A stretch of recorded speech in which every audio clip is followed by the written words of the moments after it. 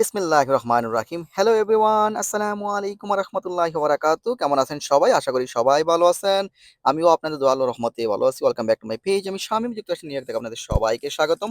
So এই মুহূর্তে আমি আছি স্টার্টন আইল্যান্ড মলের পার্কিং লটে। পার্কিং লটে আপনারা দেখতেই পাচ্ছেন এখানে Funbox world biggest bouncy park already here in Staten Island Mall in the parking lot.